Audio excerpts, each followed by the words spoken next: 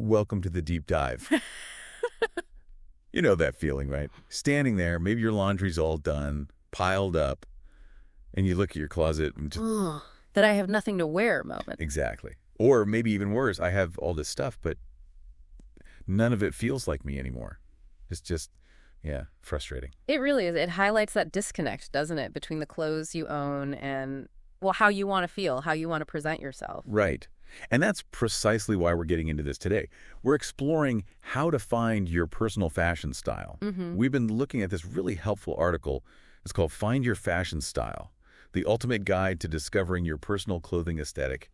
It's from Pixel Pulse Fashion. Yeah, it's a great resource. And our mission here really is to unpack that guide, pull out the best bits. And help you figure out how to stand in front of that closet and feel, well, confident, like you're choosing clothes that are genuinely you. Because that's the core idea, isn't it? The article makes this point right away. This isn't about, frantically chasing the latest trends. Right. It's deeper. It's about expressing yourself, understanding yourself, actually. Okay, so let's start there. The source really frames this as a personal journey. Very much so. It stresses that finding your style takes self-reflection and definitely some experimentation. It's not just about the clothes themselves. Not at all. It's about connecting with your authentic self. The process starts inside, figuring out what genuinely makes you feel confident and comfortable too. Okay, let's dig into that personal side a bit more. The guide talks about the psychology of style, how your look can reflect your personality, your values, even just your day-to-day life. It kind of prompts you to ask yourself, okay, what do I actually value? Is it pure comfort? Or maybe making a bolder statement. Right. Do I want to blend in, or do I actually like standing out a bit? These are important questions. Yeah. Because what are your clothes really saying? There's that great Oscar de la Renta quote the guide mentions. Okay. Fashion is about dressing according to what's fashionable. Style is more about being yourself. Oh, okay. That draws a really clear line. Fashion is external, what's in. Exactly. While style is internal. It's your personal compass. Okay, that makes sense. So how do you actually start figuring out that internal compass? Where do you begin? The guide offers a pretty clear path, starting with something that sounds simple but is probably quite revealing. Which is? Assess your current wardrobe. Just look at what you already own. Right. Step 1, open the closet doors. The guide suggests really going through it. Identify the things you genuinely love, the items you wear all the time, your keepers. The stuff that makes you feel good, fits your life. Yeah. Maybe even gets you compliments now and then. Precisely. And then, just as crucial, you look at the other pile, the things that just hang there. Untouched. Yeah. Or maybe they don't fit right anymore. Yeah, the reconsider pile. Why aren't you wearing them? Was it an impulse buy? Does it just not match your life now? That kind of audit, just doing that, it starts to show you your habits, right? Your natural leanings. Absolutely. And building right on that, the next step is super practical. Identify your lifestyle needs. Okay. Because your style has to actually work for the life you live, not some imaginary one. Right. Like you can admire a ball gown, but if you work from home. Exactly. The guide uses this example, Alex, a tech professional. Startup environment, so casual day-to-day, but then client meetings.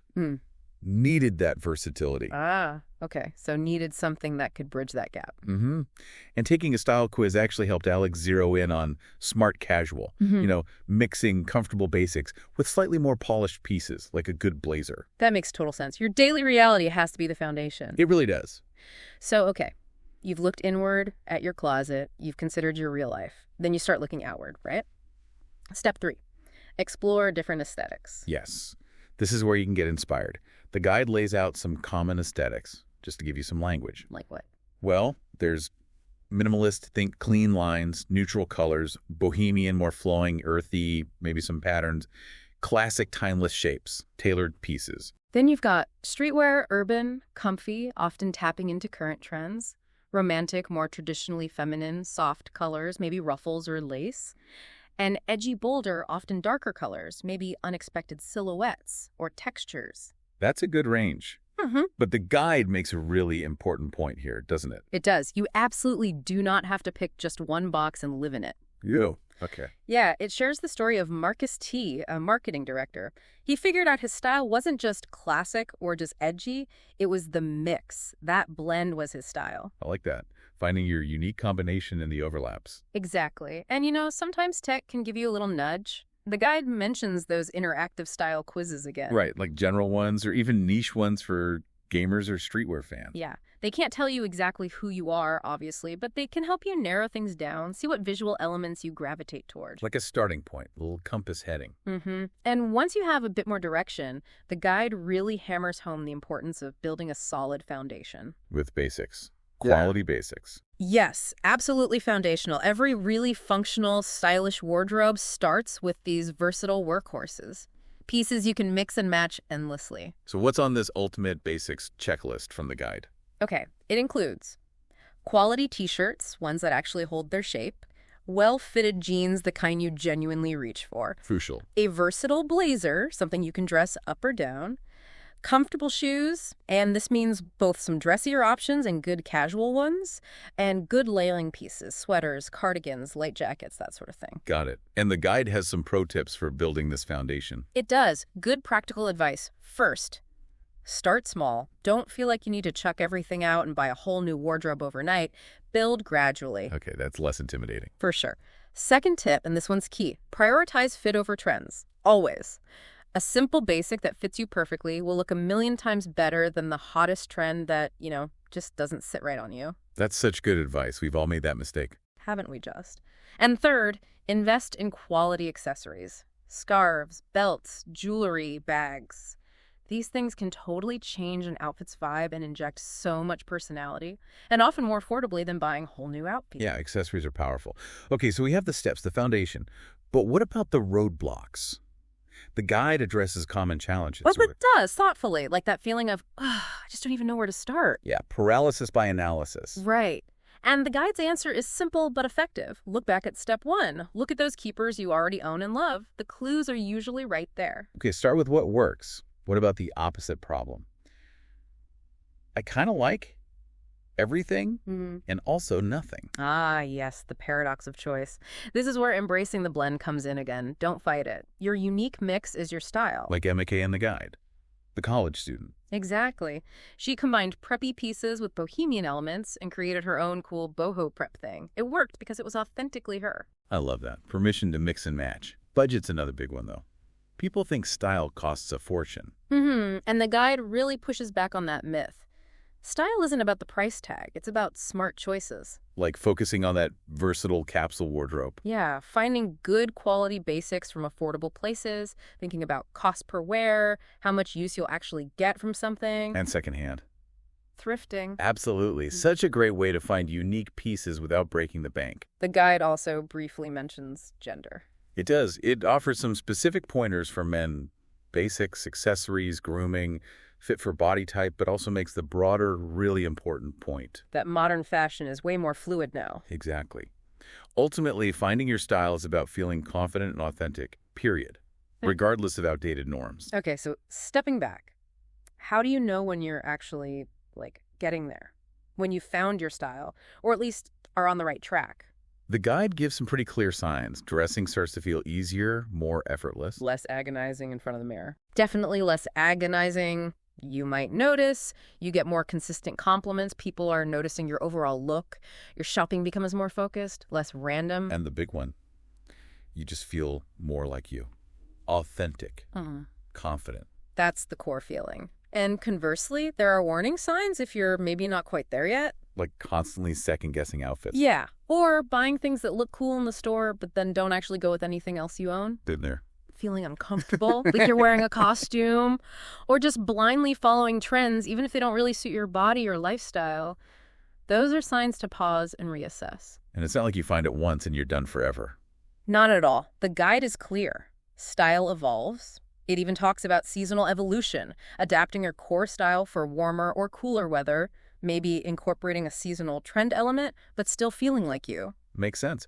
So for keeping things fresh, inspiration is helpful. Communities, influencers. Yeah, they can be great. But the guide adds a really smart caveat. Don't just copy blindly. Look for inspiration from people who maybe have a similar lifestyle to you or a similar body type, someone whose context resonates. Like the example of Diana L. the graphic designer. Yes. She was petite and wasn't sure about rocking the oversized streetwear look, but seeing how other petite people styled it gave her the confidence and the how-to to make it work for her. That's a much smarter way to use inspiration. It's not about imitation, it's about adaptation. Exactly, which reinforces that this whole thing is an ongoing process. It changes as you change. The guide includes that perfect Rachel Zoe quote. Oh, which one? Style is a way to say who you are without having to speak. Wow. Yeah, that sums it up. Right. And because it's ongoing, the guide suggests doing regular, maybe quarterly style reviews. Just a quick check-in. Does my wardrobe still feel aligned with who I am right now? I like that. Proactive maintenance. And once you have that clarity, shopping totally changes. It goes from being overwhelming or impulsive To being strategic. Mission-oriented. Precisely. The guide offers smart shopping tips. Make a wish list before you shop. Think about that cost per wear. Always try things on if you can. Definitely try things on. And shop your own closet first. Yeah. See if you can create the look you want with what you have before buying new. And yeah, invest in those quality pieces you know you'll wear constantly. And the payoff for all this effort, the guide says, is confidence. It really is. When you dress in a way that feels authentic, it shows. People notice. The example of Jordan R., the entrepreneur. Yeah. Finding his personal style didn't just make him feel better. That boost in confidence actually helped his business, open doors. Style can genuinely be empowering. That's powerful. Okay, before we wrap up, let's quickly hit those myths the guide busts. Good idea. Myth 1. Need a huge budget. False. We covered that. Yeah. Mix high-low, thrift, be creative. Myth 2. Gotta follow all the trends. Nope. Style is personal, timeless. Trends are fleeting. And myth 3. There's only one right style for you, forever. Absolutely not. Your style grows and changes with you. That's the point. Exactly. So the big takeaway is this journey is yours. It's personal. It involves discovery, maybe a little trial and error. And it continues. It's not a destination. Right. So embrace that process. Experiment. Have some fun with it. Find what makes you feel good, what expresses your unique self. That really is the heart of it. It all comes back to you, the individual. Okay, let's leave everyone with a final thought to maybe mull over. Building on that idea that style speaks for you. If your current wardrobe could talk right now, what story would it be telling the world about you? And maybe more importantly, what story do you want it to tell?